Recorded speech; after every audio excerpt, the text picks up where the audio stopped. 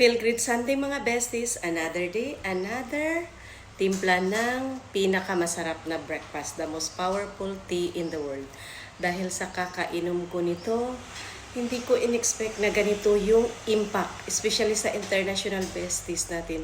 Sobrang dami. Thank you so much sa lahat ng besties ko, saan man kayo sa mundo.